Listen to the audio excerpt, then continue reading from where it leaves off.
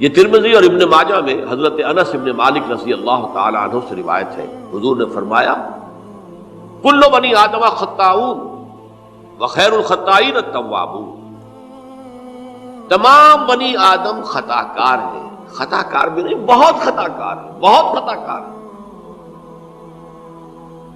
لیکن ان خطا کاروں میں بہتر لوگ وہ ہیں جو خوب توبہ کرتے ہیں، غلطی ہو گئی توبہ کرتے ہیں۔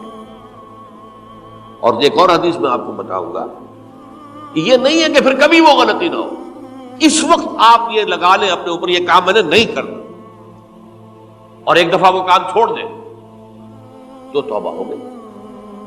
پھر اگر کچھ عرصے کے بعد پھر کہیں آپ جذبات کی رو میں بہہ گئے، پھر کہیں کوئی برے اثرات جو ہے وہ پڑے، پھر غلطی، کوئی بات نہیں، پھر توبہ، پھر ہو گیا، پھر توبہ کرو۔ تواب اسی لیے کہا بار بار توبہ کرو۔ تو کل بنی آدم خطاؤون وخیر الخطائین التوابون۔ دوسری حدیث یہ بھی ابن ماجہ اور بہقی میں ہے، حضرت عبداللہ ابن مسعود رضی اللہ تعالی عنہ، التائب من الذنب کمن لا ذنب له، گناہ سے توبہ کرنے والا ایسے ہے جیسے اس نے کبھی گناہ کیا ہی نہیں۔ دھل جاتی ہے، تختی دھل گئی، بچے نے تختی لکھی تھی اس کو دھو دیا، ختم ہو گئی۔ ایک حدیث تو پڑھ کر میں بھی چونکا، یہ اصل میں اسلوب ہے بیان کا، بتانے کے لیے کہ تمہارے دلوں کے اندر مایوسی کا غلبہ نہ ہو جائے۔ مایوس اصل میں جو ہے مایوسی یہ ابلیسیت ہے، نوٹ کر لیجیے اس کو۔ مایوسی ابلیسیت کا عکس ہے۔ مبلس کہتے کسے؟ جو مایوس ہو گیا۔ ابلیس سب سے بڑھ کر مایوس جو ہے وہ ابلیس ہے، اسے معلوم میرا چھٹکارا تو نہیں ہے، لہذا میں جتنوں کو اپنے ساتھ لے کر جہنم میں جھونک دوں یہی میری کمائی ہے، میں نے تو بچنا نہیں۔ تو ابلیس کہتی ہے اس کو جو انتہائی مایوس، مبلس، جو رحمت خدا بندی سے مایوس ہو چکا۔ اب اس کو دور کرنے کے لیے حدیث سنیے، اور یہ حدیث مسلم شریف کی ہے، صحیحین کے اندر، حضرت ابو ہریرہ سے۔ حضور فرماتے ہیں والذی نفسی بیدہ، قسم ہے اس ذات کی جس کے ہاتھ میں میری جان ہے، لو لم تذنبوا، اگر تم لوگ گناہ نہ کرتے، لذهب اللہ بکم، تو اللہ تعالیٰ تمہیں لے جاتا کہیں اور، وَلَجَاءَ بِقَوْمٍ يُذْنِبُونَ، اور پھر کسی ایسی مخلوق کو پیدا کرتا ہے جو گناہ کرتے، فَيَسْتَغْفِرُوا اللَّهَ، اور پھر وہ اللہ سے استغفار کرتے اور توبہ کرتے، وَيَغْفِرُ لَهُمْ، اور اللہ تعالیٰ انہیں معاف کر دیتا۔ اسی سے ملتی جلتی ایک حدیث ہے، یہ امام احمد اور امام بہقی لائے ہیں، اور اس کے راوی حضرت علی ہے رضی اللہ تعالی عنہ۔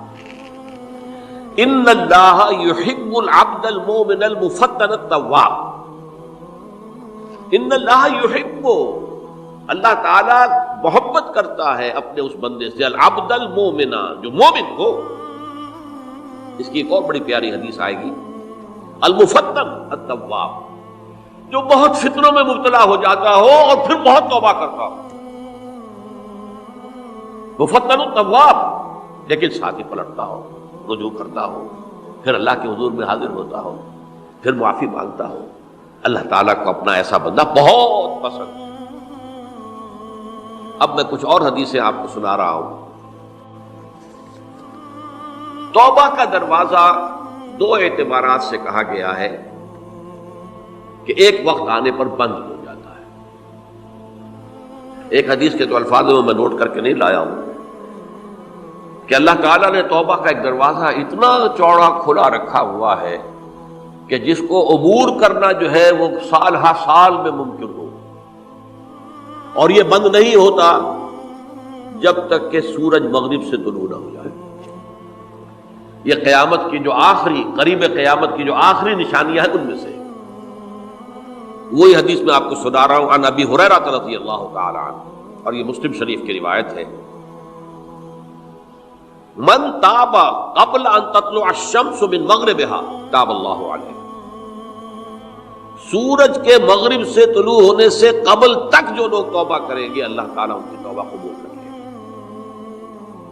البتہ جب وہ قیامت کی وہ نشانی ظاہر ہو جائے کہ سورج مغرب سے طلوع ہو رہا ہے، اب دروازہ توبہ کا بند ہے، اب اس کے بعد اگر توبہ کوئی کرتا ہے تو اللہ تعالیٰ اس کی توبہ کو قبول نہیں کرے گا۔ یہ تو اجتماعی سطح پر ہوئی۔ انفرادی سطح پر عن عبداللہ ابن عمر رضی اللہ تعالی عنہما عن النبی صلی اللہ علیہ وسلم قال ان اللہ عز وجل یقبل توبۃ العبد ما لم یغرغر۔ یہ ترمذی میں ہے، حضرت عبداللہ ابن عمر رضی اللہ تعالی عنہما سے کہ اللہ تعالیٰ اپنے بندے کی توبہ قبول کرتا ہے جب تک کہ وہ جسے ہم کہتے ہیں گھنگرو نہ بولنے لگے حلق کے اندر، جبکہ نزع عالم نزع ہو اور جان جو ہے وہ آ کر پھر یہاں اٹکتی ہے، تو اس وقت تک دروازہ کھلا ہے توبہ۔ لیکن جب یہ شکل ہو گئی تو دروازہ بند ہے۔ یہ انفرادی سطح پر ہو گیا، جب آپ کے موت کے آثار اتنے واضح ہو گئے کہ اب جا رہے ہیں، اب توبہ کریں گے تو توبہ قبول نہیں ہوگی۔ اجتماعی سطح پر جب قیامت جو ہے اس کی وہ گھڑی آ گئی کہ سورج مغرب سے طلوع ہو گیا، اب توبہ کا دروازہ بند۔ ایک اور حدیث ہے جو میں نے بہت مرتبہ اس کا ترجمہ تو آپ کو بہت دفعہ سنایا ہے، آج میں چاہتا ہوں اس کو پورے متن کے ساتھ آپ کے سامنے رکھوں۔ یہ حضرت انس بن مالک رضی اللہ تعالی عنہ سے مروی روایت ہے، جو حضور کے خادم خاص تھے، اور یہ متفق علیہ بھی ہے، یعنی بخاری میں بھی ہے، مسلم میں بھی ہے، لیکن تھوڑا سا فرق ہے الفاظ کا۔ تو جو مسلم شریف کی روایت ہے اس کے الفاظ کیا ہے؟ للہ اشد فرحا بتوبۃ عبدہ حین یتوب الیہ۔ جان لو اللہ تعالیٰ کو زیادہ خوشی ہوتی ہے